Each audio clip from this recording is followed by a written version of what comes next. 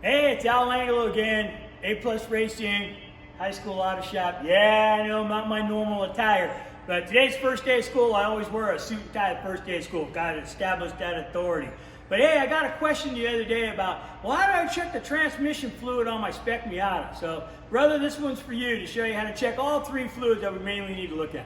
So we're going to look at the engine oil level, we're going to look at transmission, and we're going to look at differential, and how you check them, and how you would change them. All right, let's just do the easy one right off the bat, and that's the engine oil. We're going to use our 99 car. Yes, the winner of the 25 hour. Yep, that's the one right here. All right, so right here, this orange dipstick, or I'm sorry, yellow, is where we're going to check our oil level at. And I've merely taken the dipstick out, wiping it off, okay? And then I put it all the way back in, and I go all the way down to the bottom. Okay, so I know I'm seated all the way. I pull it back out, and I look, and you can see it's right up there to the F, right there for full. So this one's full. The fluid looks clean. I can smell it. I don't smell any burnt or anything like that.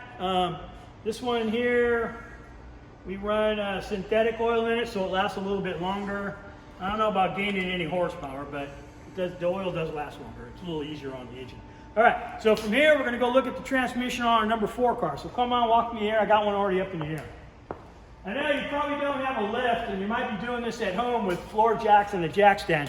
There's not a problem with that, but make sure that you do it safe. Get those jack stands as far out on the pinch weld as you can so that you're picking up the car on a nice stable. Bounce the rear bumper, bounce the front bumper to make sure that the car's not going to fall down. The worst place you want to do is fall down while you're underneath it. So let's go ahead and find the transmission. It's right here. So here's our transmission right here. And on this side right here, there is a square plug, okay? I'm hoping that my buddy Mike here can get a good view of it. So right here, there's a square plug. So being that's a square and not a bolt, we're gonna use our open end wrench right here. And this is a 14 millimeter. Try to stay away from using a 9/16, only because it's a little bigger than the 14. And what ends up happening is you end up rounding that thing off. So the 14 is a little bit smaller than a 9/16. So basically what I'm going to do is I'm going to put my 14 on here. There it goes. All right. And so I'm going to go ahead and pull this plug out all the way. And with a little luck, I won't get it all over my shirt. So sorry, I got to take a moment here and roll up my sleeve. All right. So I'm going to undo this plug. And I'm going to slowly crack the plug open. All right, and it didn't pour out. Now, if it did pour out, that would tell me it's full, okay? So now let's go ahead and check it. And it has a dipstick. Where's the dipstick? It's right here. This is your dipstick, okay? So basically what I'm going to do is stick my little finger in the hole and see if I can come back with a drop of oil. And there it is, all right? So I stuck my finger in the hole. And then I brought the finger back out and it had a drip on it. That tells me it's full. If you have to fill it, if you reach in there and you pull your finger out and there's no fluid on it, you're gonna have to top it off. So we usually use 90 weight. It usually comes in a multi-viscosity, so 75, 90, it'll be like 75 W, 90. So the 75 is the weight, how thick it is. W means that's how thick it's gonna be during the winter time, and then it changes to 90 during the summertime. So, but I would top that off until it runs out, okay, and then it's full. All right, so I'm gonna go ahead and put this all back together. Now, here's the deal.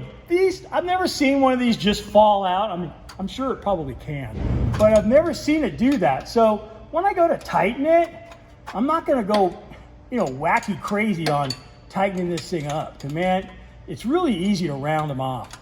So just a good snug like that, and you got it, okay? All right. Now we're going to move to the dip. I'm going to set my 14 aside.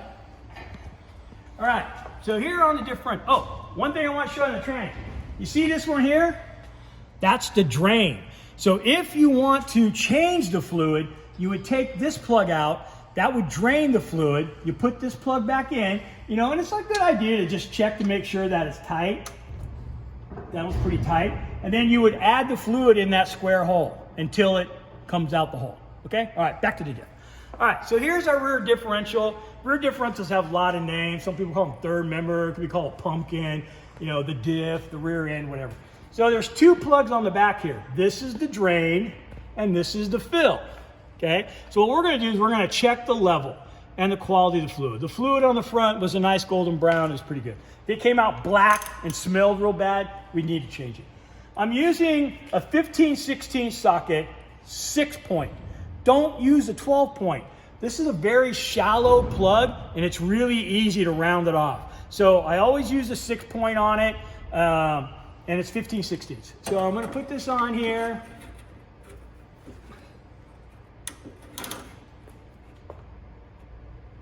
Okay, all right, I got it. All right, so I'm gonna go ahead, take the plug out. I'm standing back because sometimes fluid, they do get a little overfull, which isn't bad. I don't want to get it on me. So as you can see, it's just starting to drip out. So that tells me it's filled up right up to that line. Now, one thing I do notice about it, it's pretty black, okay? And it's got a pretty good smell to it. This car has a Torsen in there, and so there's a lot of heat when we're racing.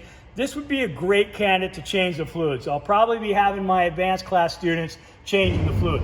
Now, what I would do too is, once again, I would stick my little finger in there and I'd pull it out, and you can see I got a drip on the end.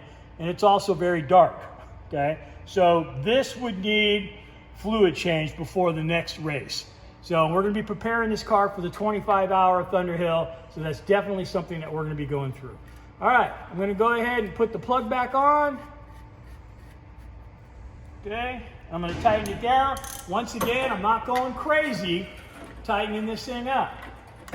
It's just a firm snug. So, about like that. That's all I need, okay? Gonna clean up my drip so I don't get it on my shirt and it's not running all in the back of the car. All right, that's it. Check the engine, check the transmission, check the differential. Your car will last a long time. Same thing applies even though it's not a spec Miata. It doesn't have to be a race car to do this, all right? Hey, thank you for asking the question. I hope this video helped you out. Thank you for coming to our garage. A+ Racing, Al Angelo. Have a great day.